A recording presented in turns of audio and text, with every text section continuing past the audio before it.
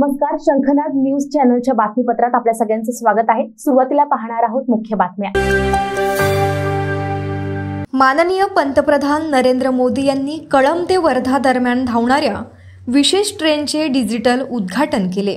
Video कॉन्फरन्सिंगद्वारे आयोजित या समारंभात पंतप्रधानांनी कळंब रेल्वे स्थानकावरून ट्रेनला हिरवी झेंडी दाखवली। 28 फेब्रुवारी 2024 रोजी कळंब रेल्वे स्थानकावर झालेल्या या कार्यक्रमात खासदार श्री रामदास तडस, रेल्वे अधिकारी आणि स्थानिक प्रतिनिधी उपस्थित होते।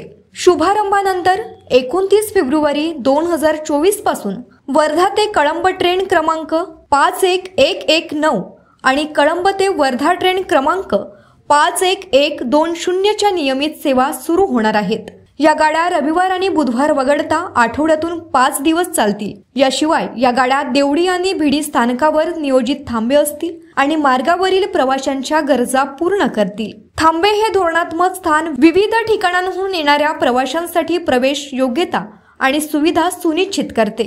या रेल्वे सेवांचा परिचय प्रदेशातील पायाभूत सुविधांना चालना देण्यासाठी आणि आर्थिक विकासाला चालना देण्याच्या दिशेने एक महत्त्वपूर्ण पाऊल आहे। याचा फायदा प्रवासी, व्यवसाय आणि स्थानिक समुदायांना होईल। सुरळीत कनेक्टिव्हिटी सुलभ होईल आणि कळंब आणि वर्धा दरम्यान अखंड प्रवास शक्य होईल। शंखनाद न्यूज साठी ब्युरो रिपोर्ट। विकसित भारतासाठी गावाची अर्थव्यवस्था सशक्त होणे गरजेचे आहे। गेल्या 10 वर्षात भाजपच्या नेतृत्वात एनडीए सरकारने हाच प्रयत्न केला। गावात आर्थिक संपन्नता यावी यासाठी काम केले। पुढची 5 वर्ष यापेक्षा गतिमान विकासाची असतील असा विश्वास आज पंतप्रधान नरेंद्र मोदी यांनी यवतमाळ येथे हजारो उपस्थितांना दिला। डोरली येथे आयोजित बचत गटांच्या महिला मेळाव्यात राज्यातील विविध योजना, पायाभूत सुविधा उद्घाटन, लोकार्पण निमित्ताने ते बोलत होते। यावेळी राज्यपाल रमेश बैस, मुख्यमंत्री एकनाथ शिंदे, उपमुख्यमंत्री देवेंद्र फडणवीस, अजितदादा पवार, चंद्रशेखर बावनकुळे, धनंजय मुंडे, सुधीर मुनगंटीवार, खासदार भावना गवडी, हंसराज अहिर, संजय राठोड आदी अनेक मान्यवर यावेळी उपस्थित होते। पाण्याचे महत्त्व विदर्भापेक्षा कोण जाणू शकेल असे म्हणत त्यांनी इंडिया आघाडीच्या काळात अनेक सिंचन प्रकल्प रखडले असा हल्लाबोल केला। शंखनाद न्यूज साठी ब्यूरो रिपोर्ट। साथियों, महाराष्ट्र के किसानों के पास तो डबल इंजन की डबल गारंटी है। अभी महाराष्ट्र के किसानों को अलग से 3,800 करोड़ रुपए ट्रांसफर हुए हैं। यानी महाराष्ट्र के किसानों को पीएम किसान सम्मान निधि के 12,000 हर वर्ष मिल रहे हैं। साथियों, पीएम किसान सम्मान निधि के तहत अभी तक देश के 11 करोड़ किसानों के खाते में 3 लाख करोड़ रुपए से अधिक जमा हो चुके हैं। इससे महाराष्ट्र के किसानों को 30,000 करोड़ और यवतमाल के किसानों को 900 करोड़ रुपए मिले हैं। आप कल्पना कीजिए, ये पैसा छोटे किसानों के कितने काम आ रहा। कुछ दिन पहले ही हमारी सरकार ने गन्ने के लाभकारी मूल्य में रिकॉर्ड बढ़ोतरी की है। अब गन्ने का लाभकारी मूल्य 340 रुपये प्रति क्विंटल हो गया है। इससे महाराष्ट्र के करोड़ों गन्ना किसानों और खेत मजदूरों को लाभ होगा। कुछ दिन पहले ही हमारे गांवों में अनाज के गोदाम बनाने की दुनिया की सबसे बड़ी योजना आरंभ हुई है। ये गोदाम भी हमारे किसानों की सहकारी समितियां, हमारे सहकारी संगठन बनाएंगे। वे ही इनको नियंत्रित करेंगे। इससे छोटे किसानों को विशेष लाभ होगा। उन्हें मजबूरी में कम कीमत पर अपनी उपज नहीं बेचनी पड़ेगी।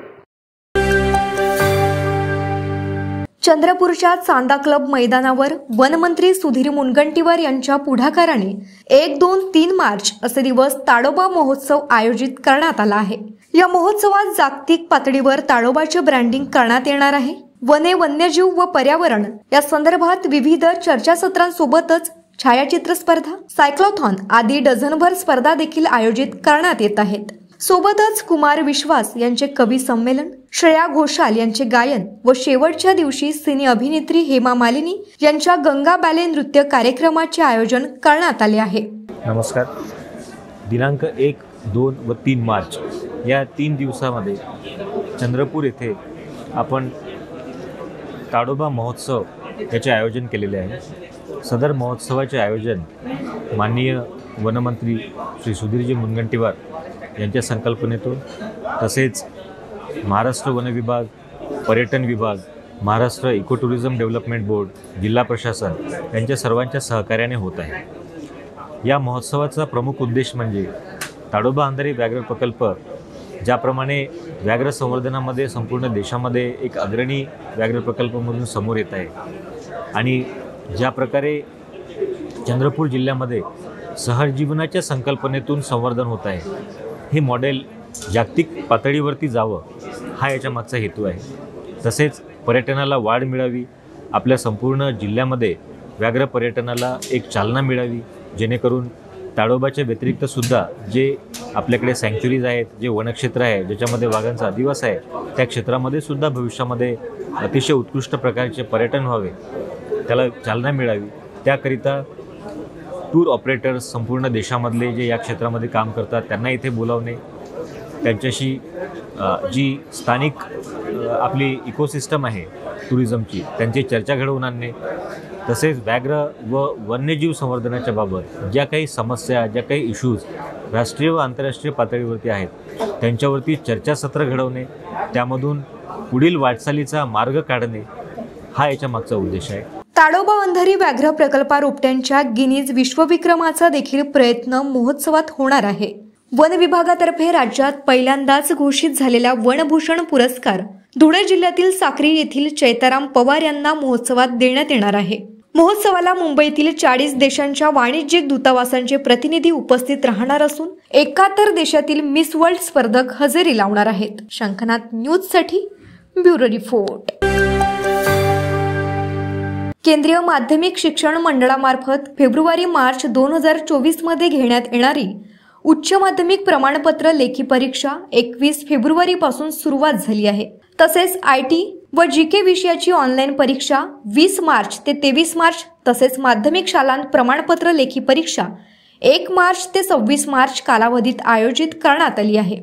या परीक्षांसाठी फिरते भरारी पथक स्थापन करण्यात आले आहे। पथकामध्ये 6 वरिष्ठ अधिकाऱ्यांची नियुक्ती करण्यात आली। प्रत्येक पथकामध्ये महिला कर्मचाऱ्यांसह 3 कर्मचाऱ्यांचा समावेश असणार आहे। परीक्षा संचालन सुयोग्य प्रकारे व्हावे व परीक्षा केंद्रावर कोणतेही गैरप्रकार होऊ नये यासाठी या पथकांची स्थापना करण्यात आली आहे। शंखनाथ न्यूजसाठी ब्युरो रिपोर्ट।